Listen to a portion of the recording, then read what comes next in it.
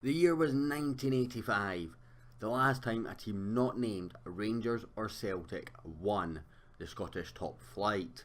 The team then was Aberdeen. Their manager was Sir Alex Ferguson, a man who went on to have a legendary career, and he'd built a team that was strong enough to beat teams like Real Madrid in the Cup Winners' Cup.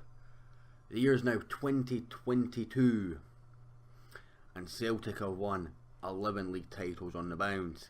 Today they are going for 12. The league splits two championship rivals by 1 point.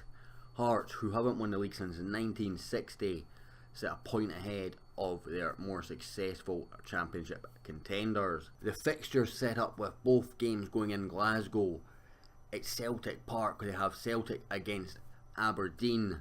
John Daly's done a good job at Aberdeen, but his job has been under pressure, while Rangers host the league leaders Hearts. But will the blue side of Glasgow be willing to do their rivals any favours?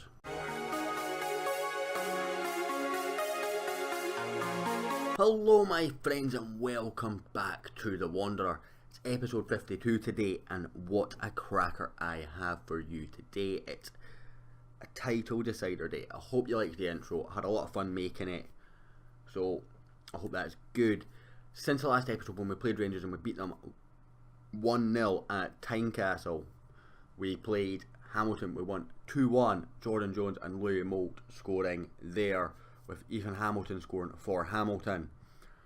Performance against Hamilton wasn't great, but after that he really stepped up. Celtic will beat 2-1, Moult and Cochrane scoring there, with Jack Aitchison getting a response for Celtic just after that second goal, but it was at no avail. And if you look at the injuries, it was at a bit of a cost. Then we played Aberdeen. We're 3-0 up through Moult again, and then an Ali Crawford goal. It was an absolute thunderbolt before Graham Shinney got sent off. After that, we kind of let off the gas a bit, but we've played very, very well still. We were created a lot of chances in this game. It could have been far more, but 3-0 is still a 3-0 win. Then we played Dundee. This game was a bit frustrating. We played very, very poor in the first half, but we got the goal through Louis Moult. Before I made some changes in the second half, and then I went ultra defensive, the most defensive football I've ever played, and we hit them twice on sort of the counter-attack and one from a free kick. Both a couple of lucky breaks, but you know, we deserved the lucky breaks in the second half in my opinion. We played really well before I went defensive. We just couldn't get the extra goal, and it was like, right, I'm going to shore it up now just to make sure we're still league leaders at the end. So I felt we deserved a bit of luck on both Jamie Baronis' goals. Today we play Rangers, and there's an interesting thing about this is Rangers and Celtic obviously big rivals, and I would love to know your thoughts if you were a fan of Rangers, or replace Rangers with your club, Celtic with your greatest rivals, and Hearts with sort of any sort of other team in your league that has no affiliation with either club. If you were a Rangers fan in this spot, you're going to the game. You can't improve from third, and you can't get worse in third. What kind of result would you be walking through that turnstiles expecting? Anyway guys, I'm going to skip into the game, and I will catch you there. So I've basically named a full strength team for this game. Freddie Woodman in goal, Tvetanov, Burgess, Suter, Mason, McTominay maybe the only exception, with Grant Young maybe being an arguable situation. Baronis in there, Hedges, he's picked up a knock, but he's 91% fit, so I think he'll be able to out most of the game.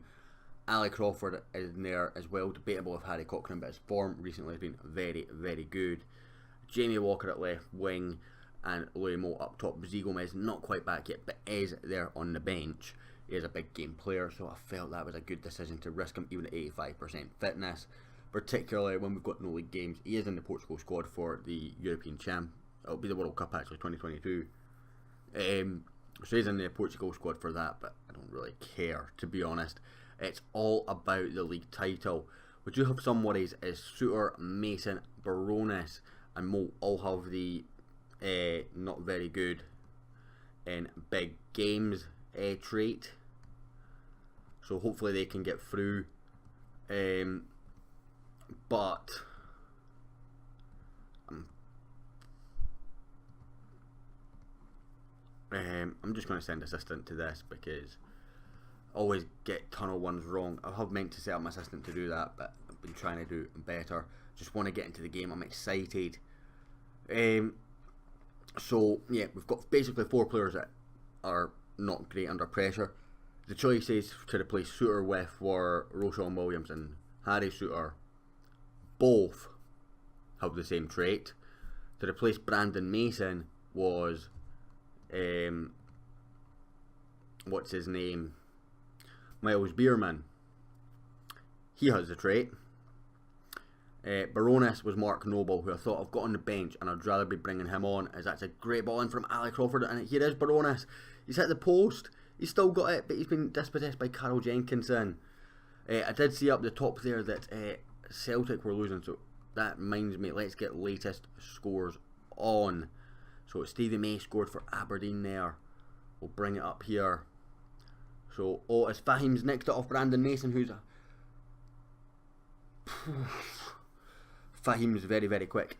So yeah, nobody at left back. Basically I thought it's better to have somebody reassuring on the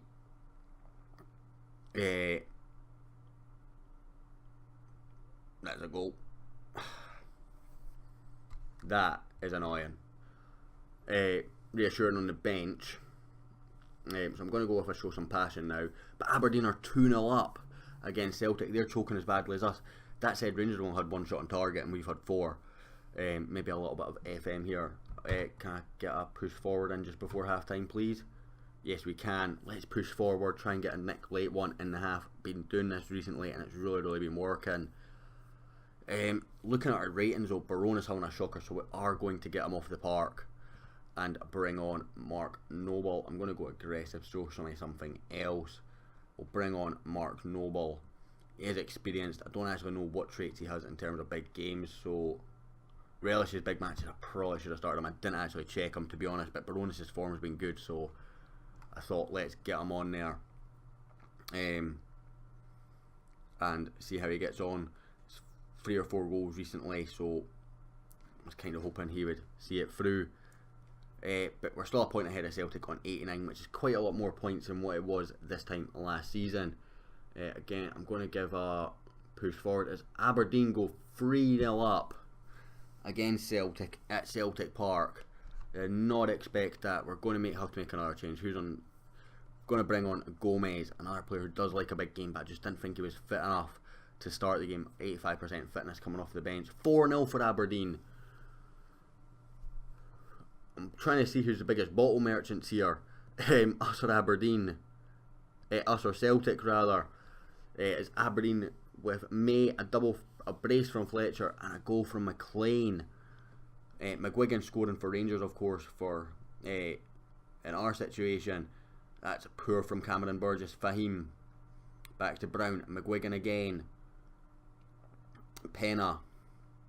McGuigan across to Carl Jenkinson. It's in the box to Vetanov away. And McTominay, that's a launched away. And Z Gomez is in behind. And Z Gomez puts us back on level terms. A searching ball from Scott McTominay. Over the top. Z Gomez ran onto it. We're going to continue with those changes. And what a strike. Actually, Rangers have probably been the better team since they scored, to be fair. Right now, a point's going to be enough for us. As Dapo Maburi comes off injured as well. I'm wondering if they had any more subs left. They must have done. We're seeing this out. Although Aberdeen done us a very big favour across the city at Celtic Park. To go to Celtic Park and win 4-0. A draw wouldn't have been enough for us if Celtic had won that game. So, you know, we bottled it, but at the end of the day, we're champions. I'm just going to say they were brilliant to come back from a draw. It didn't let me say congratulations, you're champions, which I thought was interesting. Anyway guys, I'm going to end this episode here. The next episode will be following pretty much right off where we are. I'm going to do a season review and looking forward to next season type episode.